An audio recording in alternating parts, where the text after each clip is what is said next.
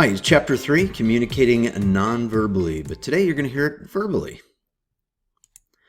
We're going to look at what nonverbal communication is, how verbal and nonverbal communication are related to each other, what are nonverbal codes, just as verbal codes are there, and why are nonverbal codes difficult to interpret. Also, how can you improve your nonverbal communication? So, what is nonverbal communication? Nonverbal communication is the process of using wordless messages to generate meanings. Now, the thing is, when we look at images, we only know what we know based on our experiences. You can guess, you might be very intuitive, but you also need to look not just at what's called the face value, or the surface, but look beyond and deeper than what you're seeing. So within these pictures, what are some of the different nonverbal messages that you would see? What are these two girls up to? In past classes, they usually say, oh, they're at the bus stop, they're at the airport. And I would ask you to look behind them. Does that look like an airport or a bus stop? I've never seen one that looks like that. We see books, we see maybe a purse, a book bag. Some people say they're best friends and they just got into a fight. Or my response is, what if it's none of the above? They're just standing waiting for an elevator and somebody took a picture and they're just strangers. So we actually don't know what's going on. In this picture, what's going on here? You might have said she's really angry at her cell phone carrier. Well, something's going on. We could see by her eyes and her face and her forehead scrunched up that, yeah, something's going on. And she's probably a little miffed, or maybe she's gotten a bad phone call about something. But again, look around what's going on. Is she at work? Is she at home? Now, these days we actually can't tell, but we would assume this is a place of work. This couple, are they happy? Unhappy? Are they lying to each other? Are they hiding secrets? Did they just find out some exciting news? Maybe she's pregnant. They're going to have a family. We don't know. Again, what you know and what your experiences are tell you what's going on. How about this little fella? Is he happy? Yeah. But what's going on in the background? Now, if you can tell, that's one of those parachutes we decided over the years that you flip up and down in gym class. So he's just excited. Maybe he's just hot and it's creating some cool wind. Again, we don't really know, but we see he's pretty happy because of his face. How about here? What's going on? This little girl maybe has an upset tummy, and maybe her mommy is trying to say, it's okay. If you have to throw up, we'll go to the bathroom. Well, maybe that's not it. Maybe she just did something wrong and her mom is talking to her. Again, we don't know. Me as a parent and as a father, I've seen this look, and this is usually the upset tummy thing. How about here? The number one answer over the years has been he's at a funeral and he's sad. Well, it might be that. And why would we assume that? Because he's old. Well, old people aren't always at funerals. He might just be having a pollen reaction in the morning, playing chess in the park, or we just don't know. Again, it's based on your experiences. And also, I'm going to throw in the word how you stereotype people. I'm not saying change the way you look at people. I'm saying look at everything. Use the coding, use the images to go farther into what you're interpreting the images. Nonverbal communication also includes both non-word vocalizations, the inflection and the tone of our voice. These are words we want to watch for. I just heard somebody talking this morning on the news, and all I heard was and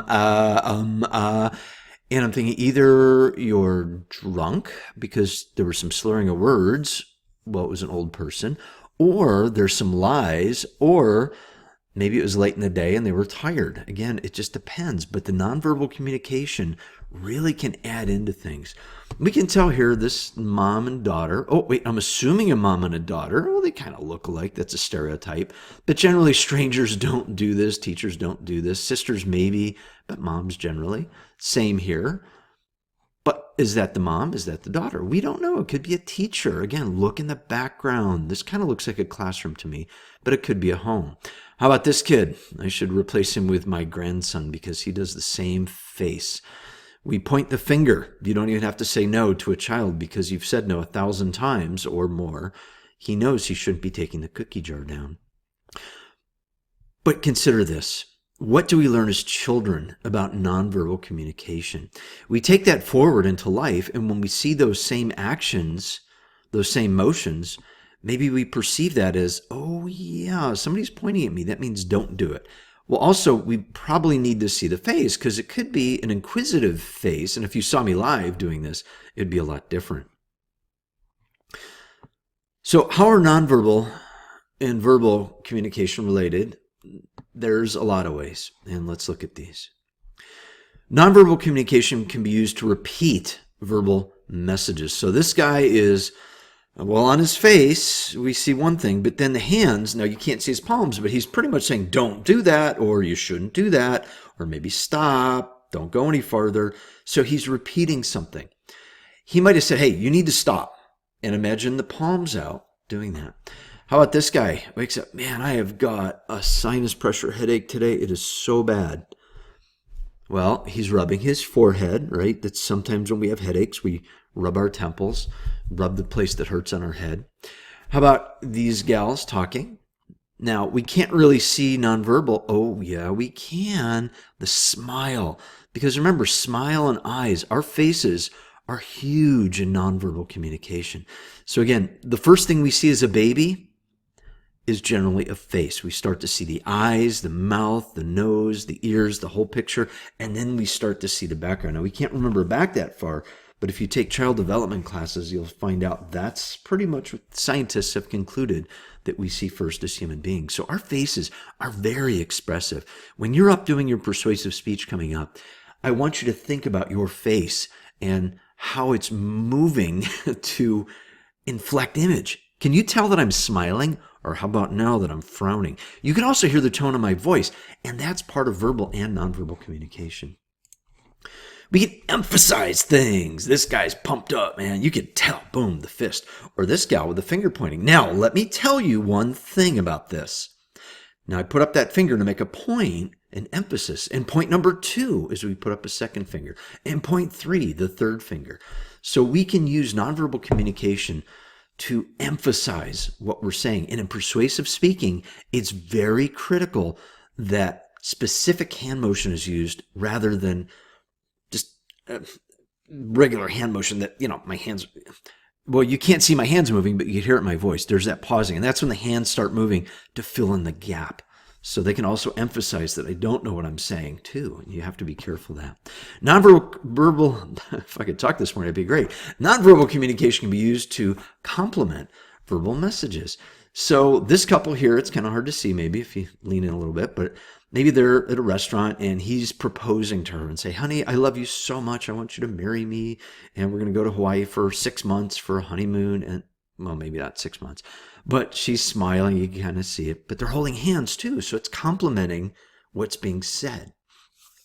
In this one, maybe this is the principal and the students just graduated. Actually, this looks like a swearing and naturalization ceremony, so it's probably the judge shaking hands of the new citizens. But generally, children don't do that. It could be a congresswoman, but it can complement. So there's this smile, say, hey, I'm so pleased to meet you. And she's shaking hands with the girl and she's smiling back. So it's very interesting what's going on there. There's a lot we can read into that.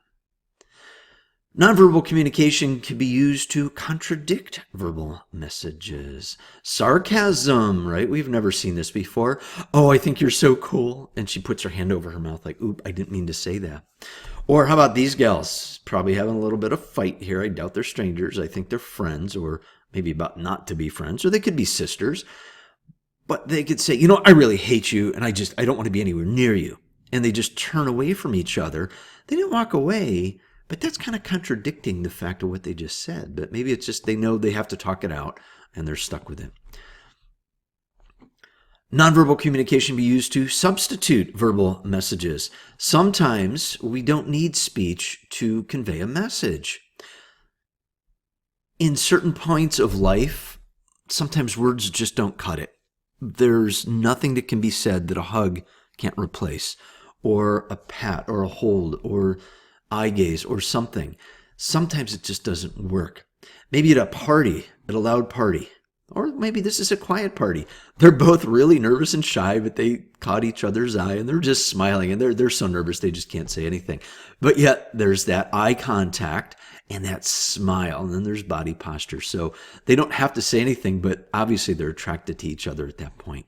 In a very loud environment, or an environment that's quiet, maybe you have to raise your hand to get attention. Now, let's just assume this is a real noisy, one of those call centers that keeps calling us the spam calls. And he raises, hey, I got somebody to give us $50,000. And he raises his hand. But he doesn't have to yell it out loud, but he raised his hand. Nonverbal communication can be used to regulate verbal messages. The stalker is following her. She picks up her phone. She makes sure that she makes eye contact with this guy and shows him her phone as she's starting to dial 911. Or maybe she's not, and she's just showing that she's going to. So again, this can regulate what's going on. This guy's on the phone, and he's saying pretty much what? Stop, wait, hold on, I'll get to you. How about here? Mom, and we'll just assume that's mom, talking to the daughter who just doesn't want to hear it. So she's staring off into space, just playing like I'm listening, but maybe she's totally tuned out. And I see no earbuds, so she's obviously probably hearing, but maybe not listening to what's going on. Nonverbal codes. There's a lot of things that give code away without us saying anything. The first code is bodily movements and facial expressions. Again, generally, this is the first thing we see of each other as human beings.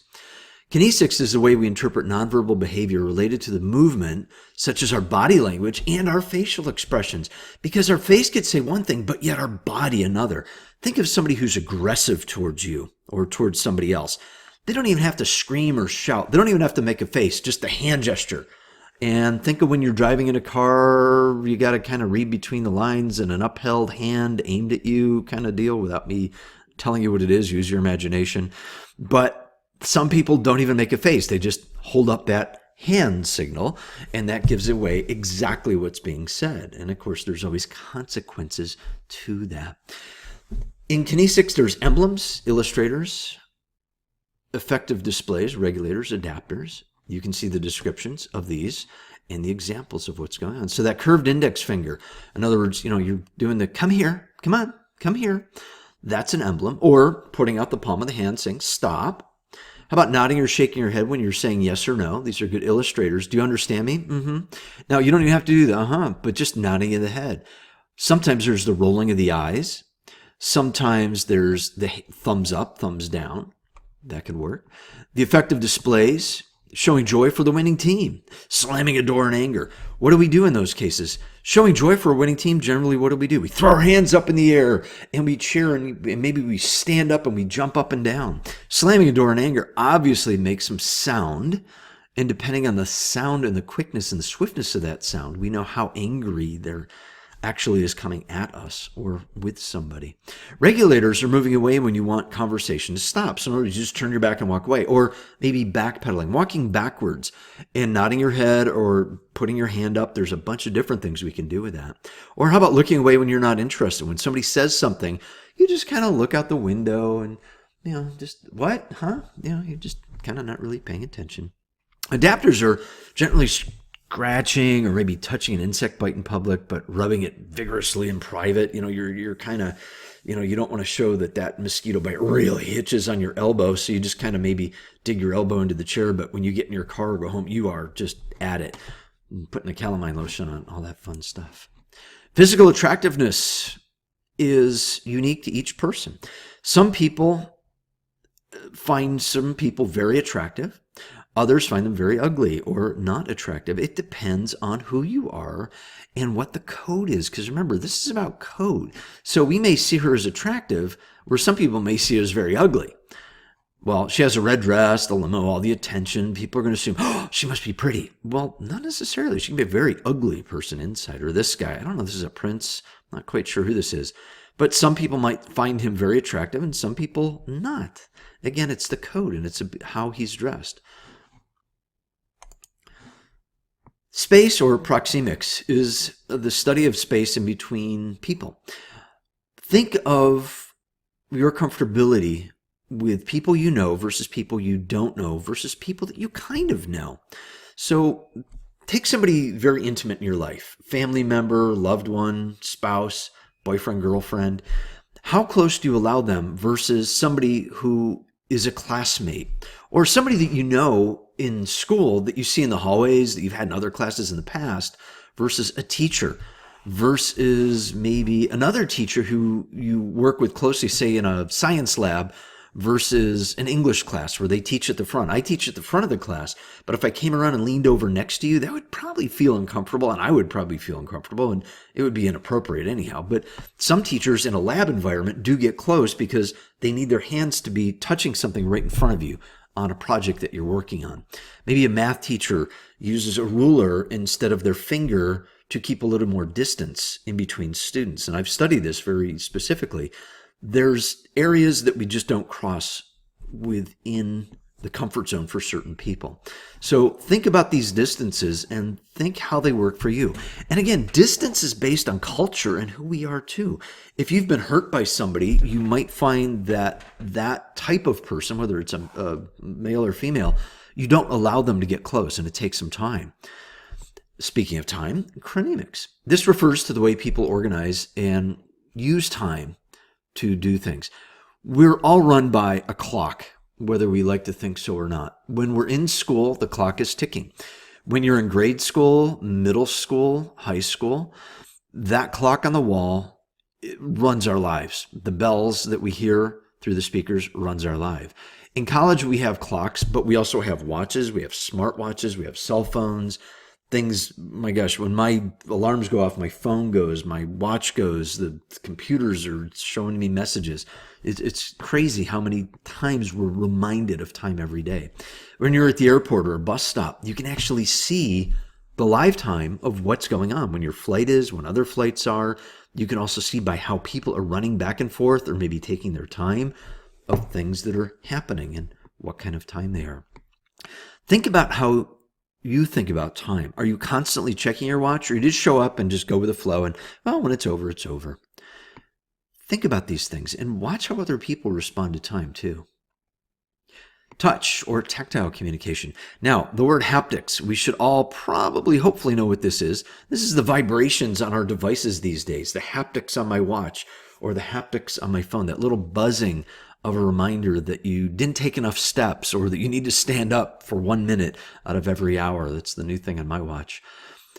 Also, touch with human beings. We're touchy-feely creatures. Now, some people don't like to be touched, and obviously, as a disclaimer, don't touch people you don't know, and don't touch people without their permission, because that is just not a cool thing. Invasion of privacy. I'm not queasy about it. I just don't like people coming up and touching me. Unless I know them. It's different. You may be somebody who people touch you and you just go, ew, and it makes your skin crawl. Say something. Make a face. Don't just sit there and do nothing. Touch is a very personal thing, and certain situations dictate certain levels of touch. A lot of times, say in phys ed class, the gym teacher will go up and grab students by the arm or the shoulder, pat them on the head. I find that inappropriate. It's just not a right thing to do. But it happens. But it's more okay than if, say, it's in a math class. If the math teacher is constantly patting you on the head for doing good, that's a little awkward. But if it's in a phys ed class or a yoga class or a dance class or something that moves physical motion and posturing of the body, touch is probably a little more acceptable because that's just a guiding thing. But a good teacher doesn't need to touch. They can guide through words.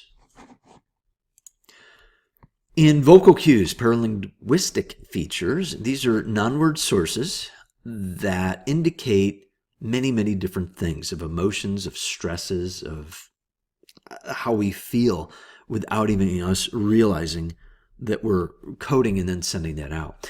Let's look at these. The vocal cues of pitch. This is the highness or the lowness of your voice. We all have a natural pitch to our voice. You can change it, but it kind of sounds weird if I change my voice high or I drop it really low. You can kind of tell where people are at on this.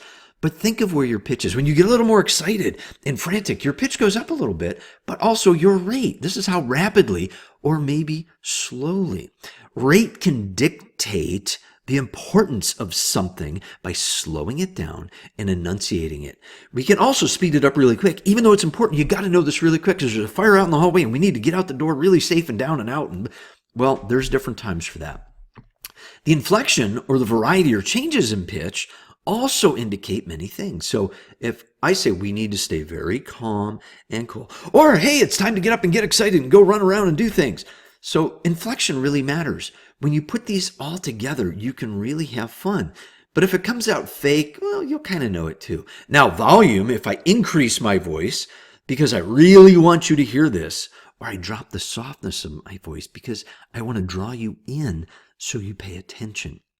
One way to get children's attention is to lower your voice, not raise your voice. Interesting way to do this. So those of you going into teaching, remember, don't raise your voice. Drop the volume of your voice and say, can you hear me now? If you can hear me now, raise your hand. And this works good. When I'm teaching 40 kids in a gym class, is big. The quality or the resonance of your voice, such as the huskiness or the nasality or the raspiness or the whininess of your voice, matter. Now, can you change the quality of your voice? Absolutely you can, but it takes time. If you're listening to this right now, you have a pleasant voice, and that could be anybody in my class at this point. I've had the nasally people, and it gets really irritating, and those are people that were never told you shouldn't talk like that. Well, I like to tell people you might want to change that, and I do it in a nice way, but I don't think I've ever had a student with nasality. Sinus issues, yeah, it's going to happen. Mine will do that in the winter. You get that head cold going. It happens. Raspiness when we have a cold or we don't feel good or sometimes too much air conditioning, too much sugar, it can happen. Non-word sounds using, there they are again, those non-words, the words I dislike, and the like, well, or those 2-second pauses affect the way we speak. Again, when you're giving your informational speech and you heard your video, you might have said, wow, I really said, way too much. In your persuasive speech, I'm going to ask you to try to not say those words. And the trick is just don't think about them. Very tricky. Pronunciation, saying a word correctly. You've heard me mispronunciate a couple words incorrectly today. Well, that's more of a, well, there it is right there. Pronunciation. Okay, so pronunciation. If you don't know how to say a word, practice it. It's very good. If there's certain words that don't want to come out of your mouth correctly, statistics, remember that word? My favorite word I don't like to say, but statistics. You have to practice it 1,000, 2,000, 10,000 times, whatever it takes to get it right. So it's muscle memory, and it just comes out. Articulation. This is the coordination with our mouth, our tongue, our teeth, to make a word understandable to others. If you eat a very spicy food, it might swell your cheeks. Maybe you have a slight allergic reaction, and you can hear, I'm just pushing on my face right now and narrowing my mouth. It really changes things. Or if I put my hand on my jaw, and I don't know if you can hear the difference from me leaning on my hand versus me not putting my hand on my jaw. So articulation is something, again, through practice. Listen to your voice. If something is going on, figure out what it is. Sometimes you can tell that maybe you're not opening up your mouth wide enough. When I was a little kid, I didn't open my mouth wide enough to talk. Well, through all the choir classes that I took, I learned, don't do it that way, do it this way. So that takes practice. Enunciation, this is combining pronunciation and articulation, produce a certain word with clarity and distinction so that it can be clearly understood. Now, when people mumble a little bit, you know that the enunciation is a problem, okay? Because maybe they got halitosis and they're trying to not let the stink out. Well, that happens too. Now, in public speaking, generally nobody's going to smell bad breath, but you're conscious of it. So again, you can do something about that ahead of time. Oh, silence. Sorry, I had to say that out loud. It's the lack of sound. Sometimes silence works, but remember, key silence, not an awkward silence. If you're showing a PowerPoint, you might explain it really quick. And I want you to look at this chart after I explain it. And I want you to see this. Did you notice anything weird about the graph? And those key pieces of silence are really good, but you got to practice it, because sometimes when you think you're being silent, you're actually blurring it together because of, again, the adrenaline of public speaking. Or maybe it's too long, or maybe you forgot what you're supposed to say next. So practice that and it will come out much, much better. Our clothing and other artifacts that we carry in our hands, that we wear on our faces or our heads, shows things, okay? In these pictures, we see people of different cultures. We see the tie without a jacket. His sleeves are rolled up. Okay, we see this business lady, we're going to assume. She's holding this, well, it looks like a folder. It's something very strange, actually. There's something else coming off it. It could be a Photoshop. I'm not quite sure what's going on here. Actually, that is kind of strange. It might be part of the graph, or it could be a shadow. It's just a weird thing. But again, a presentation, so we know something's going on. And again, we could see artifacts to judge based on, well, what a religion is.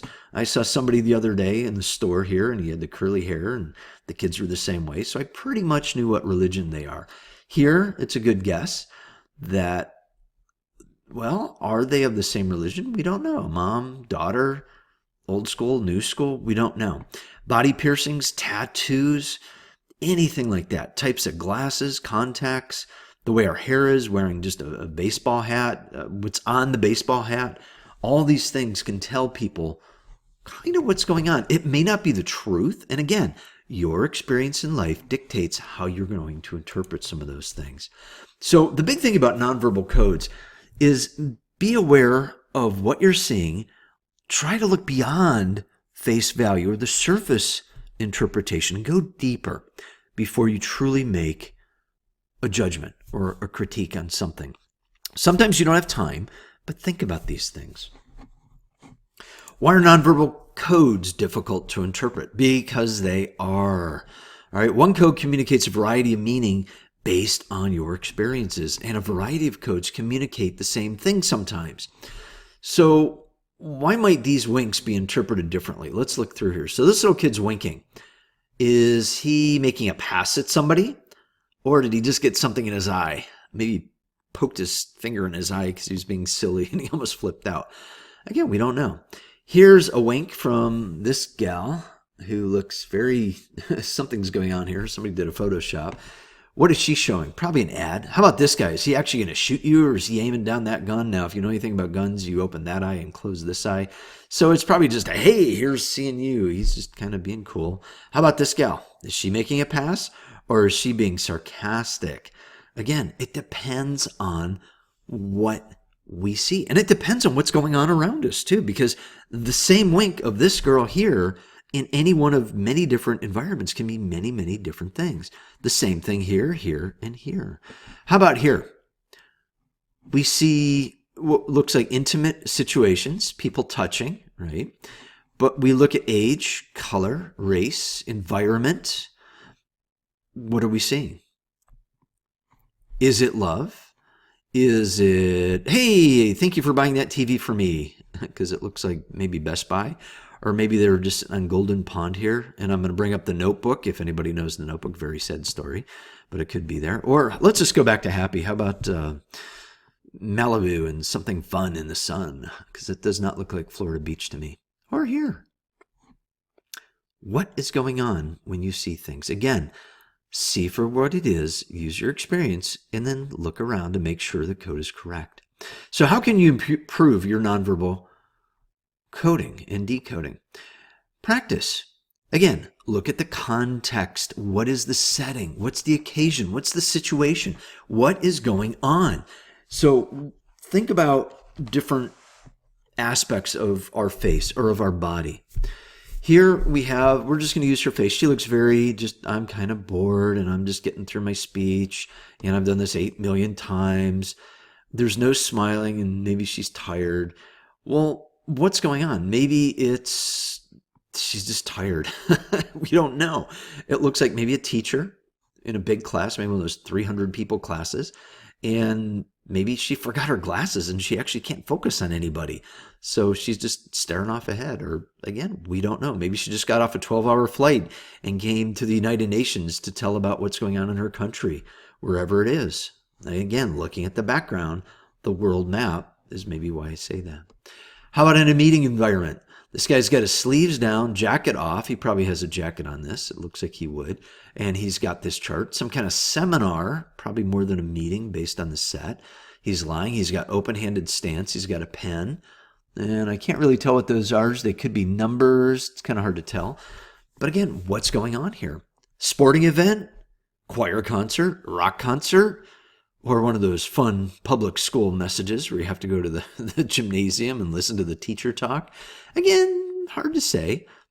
Maybe volleyball game, tennis match, golf? Depends. Football? Probably not. How about here? Could be Skyping with somebody overseas, somebody in the military. Maybe somebody just in a different city away at college. Don't know. How about here?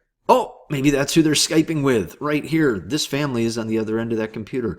Again, we don't know. Again, there's a lot of touching going on. There's touching here, no touching here, kind of touching, but no touching, and definitely some distance issues. Again, look at the context that you're in and the situation before you really start getting into full critical and full judgment of what is actually happening.